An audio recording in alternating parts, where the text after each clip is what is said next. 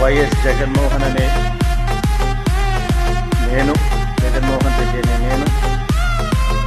శాసనసభ సభ్యునిగా ఎన్నికైనందున శాసనం ద్వారా